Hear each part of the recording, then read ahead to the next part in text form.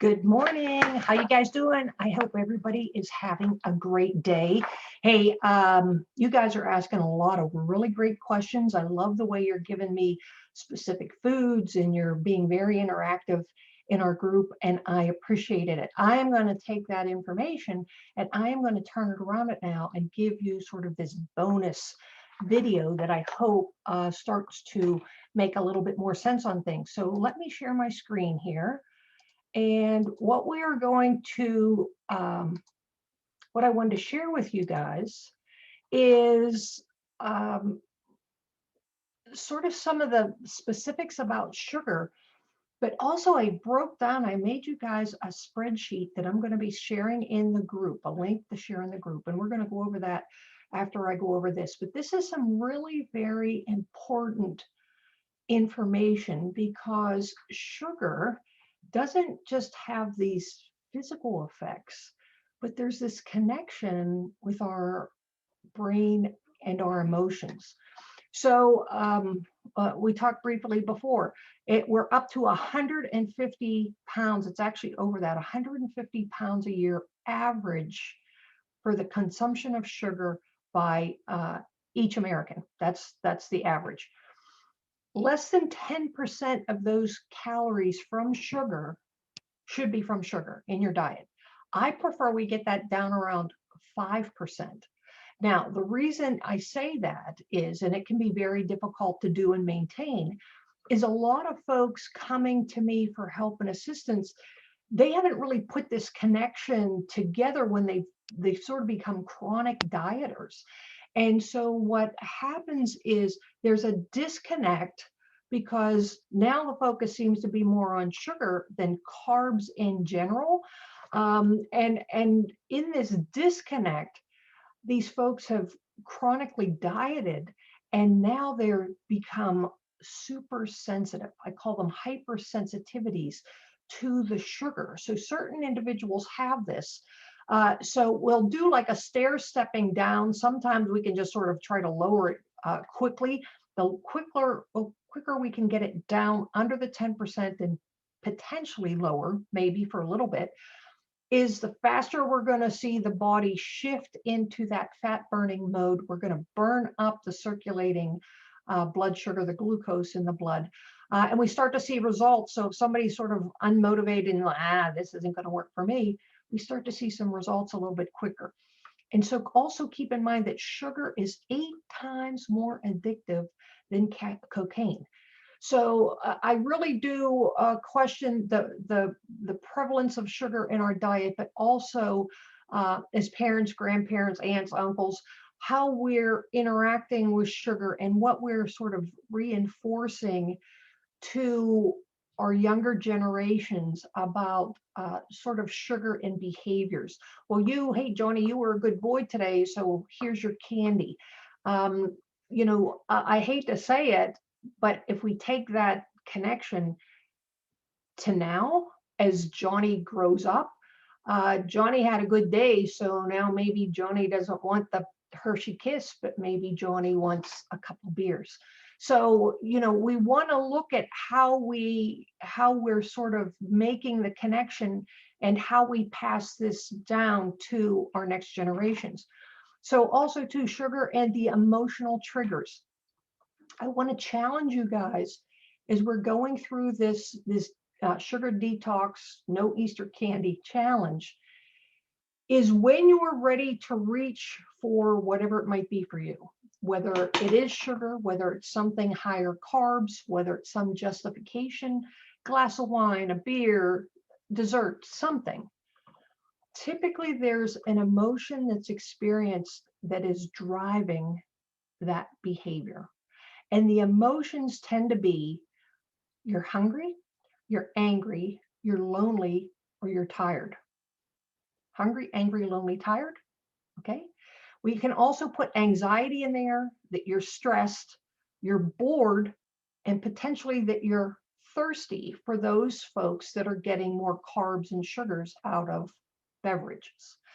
So again, you've been keeping, you're tracking your sugars. I want you to do that each day. Now I want you to sort of track your carbs, but I want you to put down the emotions you're feeling if you're going to reach for something that tends to have a higher sugar content. I want you to start making a connection between the emotion or what is driving that choice. And only can, when you make that connection, can we start to tackle it and come up with other ways. What other steps can you do rather than reach for the candy, reach for the donut, reach for the wine, whatever it happens to be for you? Is this making sense? I know you guys will let me know. So really what's happening is it's that reward, right? And maybe it did start as a kid, but we're rewarding ourselves. So, oh, I had such a rough day. At the end of the day, I'm going to reward myself with a gin and tonic, right? That's my reward. What I want you to do is challenge that thought. What is it at the end of the day? What emotions are you feeling before you make that gin and tonic and drink it? What are the emotions you're experiencing? Are you angry at somebody from work? Are you feeling lonely because of the pandemic? Are you tired because you didn't get a good night's sleep? Okay, so let's try to identify the emotion before the behavior, which is putting food or drink in the mouth. Okay, now physically, we're looking at weight gain, fatty liver, obesity, insulin resistance. It is proven, research shows that folks that get more than 40% of their caloric intake from sugar and carbs are spending 42% more on healthcare. So by us being aware of it and starting to change these behaviors, get more in tune with how and why we want these foods and drinks, we're actually ultimately going to save money. And that's if I'm working with somebody, maybe it's a weight loss program or some wellness program. I want there to be that educational component where the person learns more about themselves so they can carry that forward, right? We want to learn what we're doing, how we're sort of using food and drink and sugar as a crutch to deal with the emotions so we can stop the self-sabotaging behaviors. Now, exercise. We did a little bit on a video I shared yesterday, 2 tablespoons of maple syrup, 25 minutes of exercise, right? Ice cream, an hour. Are you going to go out and briskly walk for an hour after some ice cream? Or the apple pie, right? You're 75 minutes of exercise for a slice of apple pie. So we're not looking for perfection here, but we're looking for information, awareness. Can we start to be aware of our behaviors? And can we start to change those things? Okay. The other part I want you to realize is if you're going to make a bad choice, I prefer now you get moving after it. Okay. You have anywhere from 20 minutes to maybe 2 hours, maybe. Because if you're a person that is sensitive to the carbs and the sugars, your body has this pathway down fast. It's going to happen fast. That sugar's hitting the bloodstream, and if it doesn't need it, is energy. It's going to go into storage. And if your blood sugar is already elevated, it's going to go into storage that much faster. So again, if you're going to have the ice cream, the piece of pie, whatever it is, I want you moving, right? I prefer you not have it. Maybe have a bite, right? Usually the first bite's the best, the anticipation. Easter's coming up, some holidays, birthday parties, whatever you got going on. Take a bite and then let it sit. Don't just sort of dive into a dessert and keep going, okay? So let's hop over here now. I want to get over to, sorry guys, hold on here. Hopefully you can see this okay. I made this spreadsheet for you. And it is going to be able, and I'm going to share this link. Let me try to make it a little bit larger for you guys to be able to see. So what you need to do when you get this link in the Facebook group. What I want you to do is come up and click File, make a copy, and then I want you to rename it. So this is going to be Dr. P's copy. Okay, that now is going to save that for you. This is your copy. Now, what I have done here is I've given you multiple different scenarios on how many calories you're consuming, and it's going to break it automatically down for you, okay, into how many calories you should be eating a day from carbs, protein, and fat. Now, I will tell you, as a provider, and I help folks lose weight all the time, I do not want to focus on this. It's not my primary focus, and you're going to see why in a minute. But I know a lot of you, this is all you know of the weight loss equation is I have to burn and I'm going to eat, then I have to burn it off. I'm going to eat and I have to burn it off. But like we just talked about, the timing of the exercise and what you're eating and all these things matter. But so I gave you these different scenarios here. If you're eating 2,000 calories a day, 1,750, 1,500, 1,200, I even went down to 600, but this is like crazy low. Do not do this. I put it right there. Do not do this. Okay. This is like Dancing of the Stars craziness. Okay.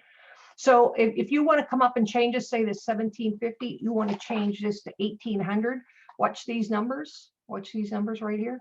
As I change this, everything's going to automatically change. I hope.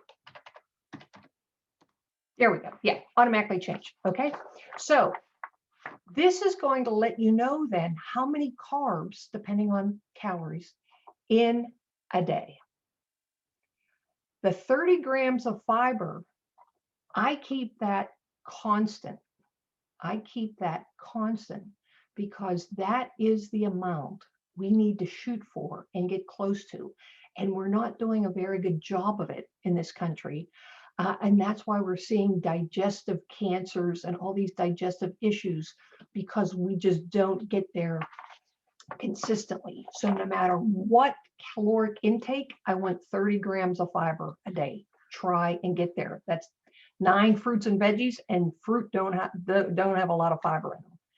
Now over here in this column, you're going to see the sugars, and we want it less than 10%.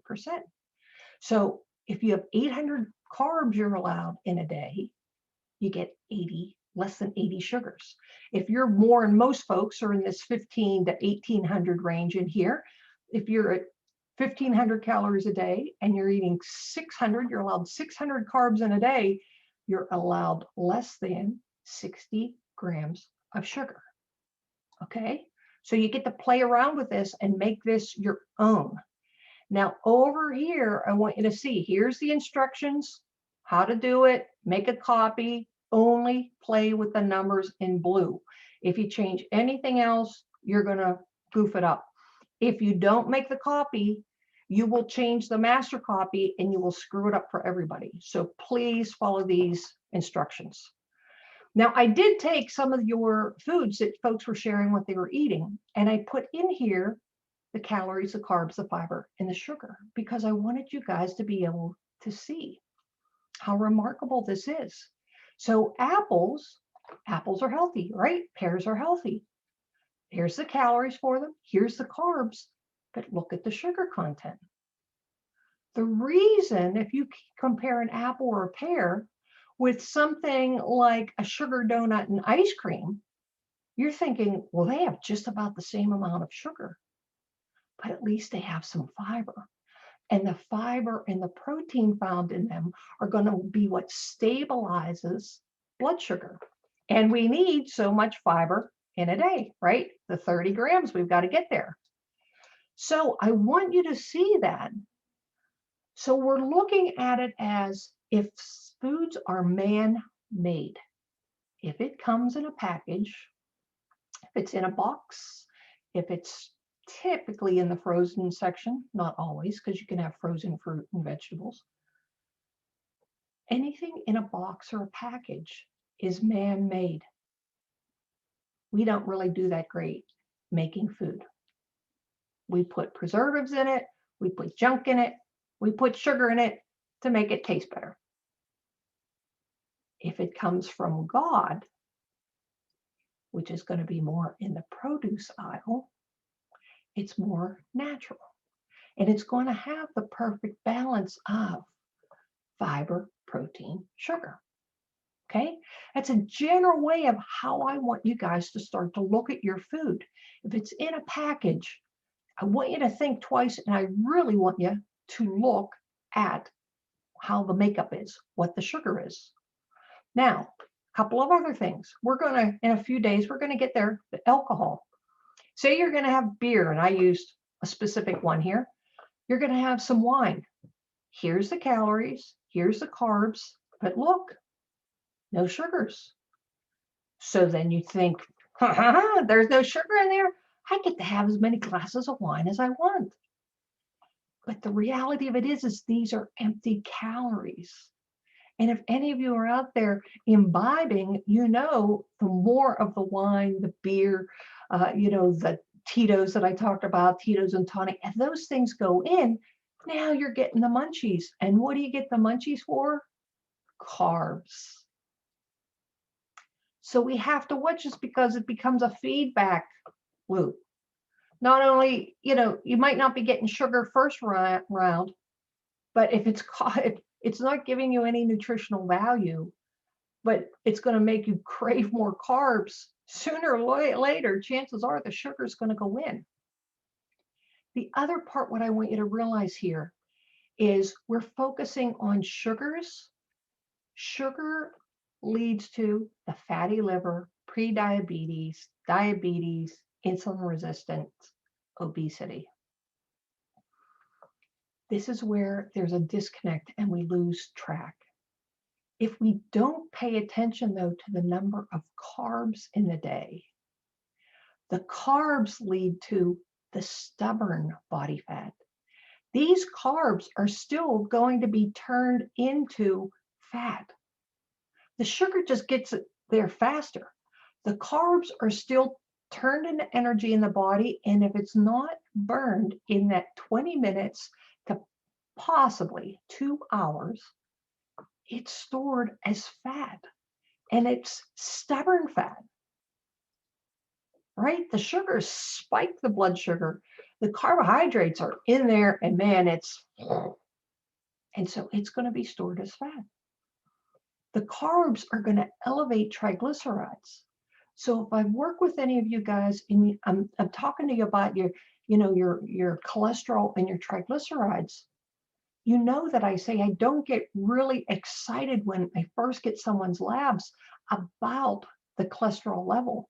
I'm more worried about that ratio between triglycerides and cholesterol, because the elevated triglycerides let me see that somebody's eating more carbs, and it's driving to heart disease, weight gain, and obesity just through a different pathway in the body. So we are focusing on sugar. This is a sugar detox, but you guys are really clamoring for more information, and I want to give you this so hopefully you'll understand sort of the bigger picture. So the number one secret moving forward is carbohydrates. If you eat it, carbohydrates and sugar. If you eat it, you better burn it. Less than 2 hours you have. Typically, it's going to start, that process is going to start in 15 to 20 minutes. So again, the wine, the stuff, the desserts at the end of the day, the sweets after eating a meal. If you're not going to get up and go walk after the glass of wine, which most people don't, if you're not going to go walk after dinner and you have, the sweets, the chocolate, the dessert, you're not going to burn it off. So you can spend your whole day planning out your meals and being an angel, an absolute angel. But that dessert, that chocolate, that bowl of ice cream, the 2 glasses of wine, the mixed drinks, if you have that at the end of the day and you're not active, that is going to be stored as fat, and it gets stored as stubborn fat. So thanks so much for hanging in there. I hope this is informative. I hope this helps you guys. So please reach out and let me know, and again, I will take this spreadsheet, and I am going to put the link for it in the Facebook group. So again, once you get it, click file, make a copy, change the name, rename it so it's yours, and only change the numbers in blue. Okay? All right, guys. Thanks a bunch. Have a great day. Talk to you soon.